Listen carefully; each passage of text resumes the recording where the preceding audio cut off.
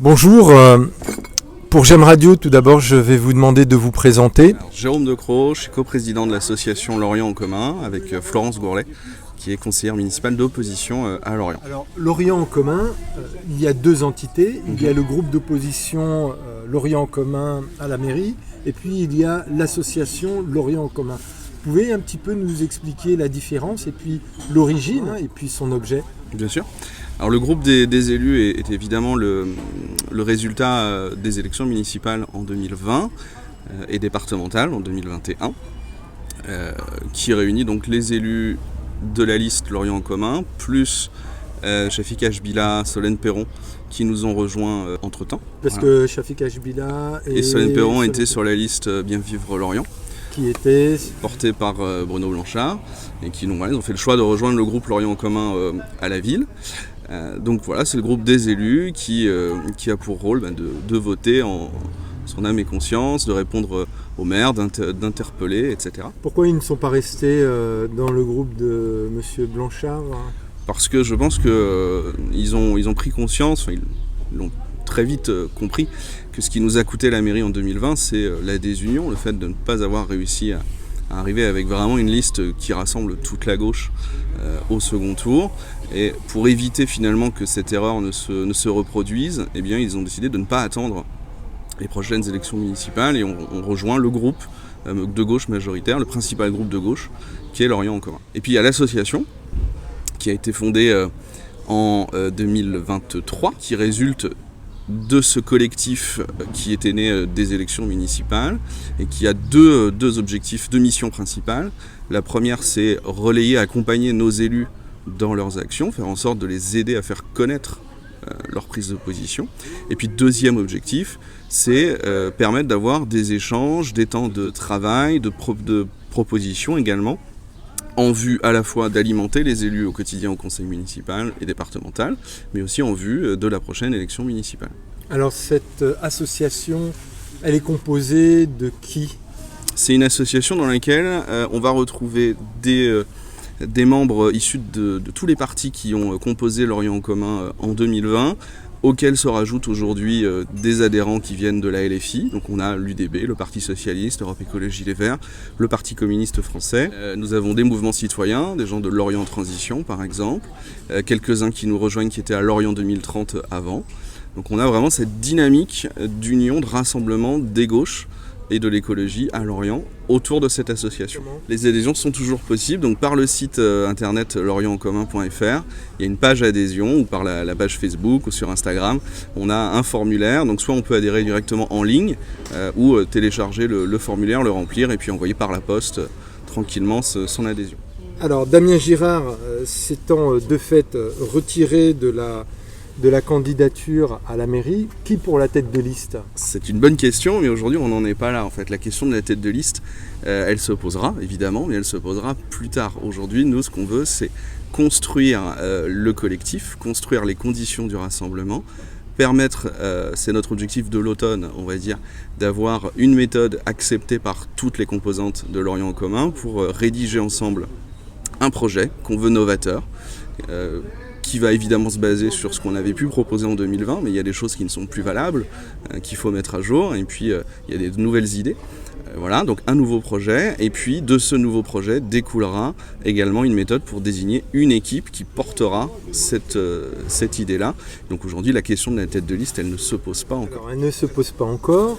Il n'empêche que, aux dernières déclarations de Gaëlle Lestradic, elle a de fait, quand on lit entre les lignes, elle a de fait déclaré son souhait d'être tête de liste de Lorient en commun à la mairie. Et donc, en tant que numéro 2, légitimement, elle dit, en fait, je deviendrai la numéro 1. Et donc, se positionne comme tête de liste aux prochaines municipales. Que lui répondez-vous ? Alors déjà, c'est pas exactement ce qu'elle a dit, puisque quand Quand on lit ses propos, alors entre les lignes, moi je ne lis pas entre les lignes, je fais confiance à Gaëlle, que je connais très bien. Ce qu'elle déclare, ce qu'elle dit, c'est qu'aujourd'hui, donc Damien ayant quitté le conseil municipal, elle a une légitimité qui est évidente pour présider le groupe de l'opposition au conseil municipal. C'est un choix qui concerne les élus, moi j'ai pas à m'en mêler, c'est les élus qui décideront là-dessus. À aucun moment aujourd'hui, Gaëlle ne prétend être la candidate tête de liste de 2026. Il n'y a pas de candidature naturelle. Elle a une légitimité, comme d'autres ont une légitimité. Et voilà, on ne brûle pas les étapes. Et je sais qu'elle est dans le collectif, je sais qu'elle soutient la démarche. Il n'y a pas de doute et pas de souci là-dessus. Est-ce que vous allez pouvoir envisager une sorte de primaire, finalement, au sein de l'Orient en commun, si des candidatures se présentent ? Alors, pour l'instant, la primaire, c'est une des solutions.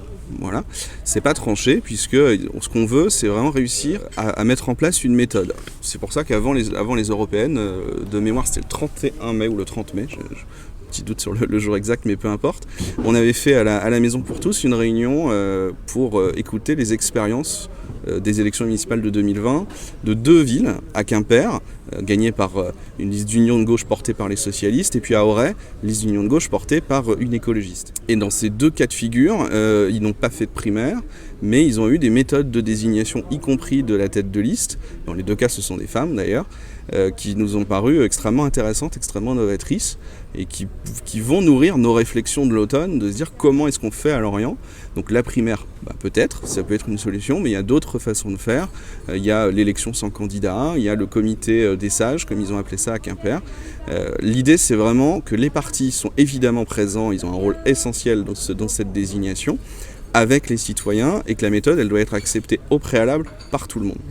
Un autre nom, je dirais, sort du chapeau, c'est celui, en tout cas, qui circule, c'est Florence Gourlet. Elle est potentiellement candidate. Elle est légitime au même titre que Gaëlle Strady, que Catherine Kerry, que Rosane Métayer, légitime également comme Solène Perron, comme les hommes également, Bruno Jaouen, Mathieu Glaz, Shafik Ajdila. Ils sont tous légitimes aujourd'hui, et puis également ceux qui ne sont pas élus. Il y en a qui pourraient tout à fait, d'ici les élections municipales, émerger, comme on dit. Et être celui ou celle qui sera le plus rassembleur ou la plus rassembleuse pour porter notre projet novateur qu'on veut co-construire avec les partis et les citoyens. Du positionnement de Damien Girard, oui, de garder aussi son mandat actuel au département. Donc, les statuts des Verts disent qu'on est contre le cumul des mandats. Oui. Damien Girard décide de cumuler ses mandats. Votre positionnement ? Je ne connais pas les statuts d'Europe Écologie Les Verts, donc je ne vais pas rentrer sur ce sujet-là. Ce que je sais, c'est que ce n'est pas le seul à avoir un mandat local. Qui plus est, il est dans l'opposition, donc c'est pas comme s'il était dans un exécutif. Et puis c'est important pour un élu, un député ou même un sénateur d'ailleurs, c'est important d'avoir une forme d'ancrage local, d'avoir un lien avec son territoire. Il a considéré que le département était le bon périmètre, et puis c'était sans doute le plus compatible avec son mandat de député en termes horaires aussi, tout simplement. Je pense que c'est bien qu'il garde un pied au local. Myriane Cochet, conseillère départementale, elle fera forcément remonter des sujets, mais c'est pas inintéressant que Damien puisse lui-même avoir cette prise au territoire. Le Front National, Rassemblement National, fait des scores comme jamais on a pu le voir. Comment vous l'expliquez ? Alors, je pense qu'il y a plusieurs aspects. D'abord, il y a une responsabilité de la gauche quand elle a dirigé. On a déçu, on le sait.